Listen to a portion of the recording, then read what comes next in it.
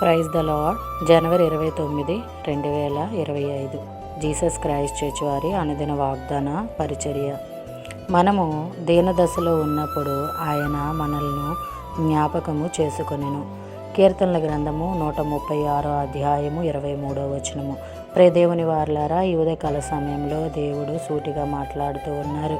మనము దీన దశలో ఉన్నప్పుడు మనల్ని జ్ఞాపకము చేసుకొని మనల్ని ఆదరిస్తూ, మనల్ని పోషిస్తూ, మనల్ని నడిపిస్తున్నది దేవుడు మాత్రమేనండి. ఎందుకంటే మనుషులైతే ఈరోజు ఆదరిస్తారు, ఈరోజు సహాయం చేస్తారు, రేపు స్థితిలోకి వాళ్ళు అంటారు, మీకు నేను ఈ సహాయం చేశాము, ఈ మేలు మీకు చేశామని చెప్పేవారు.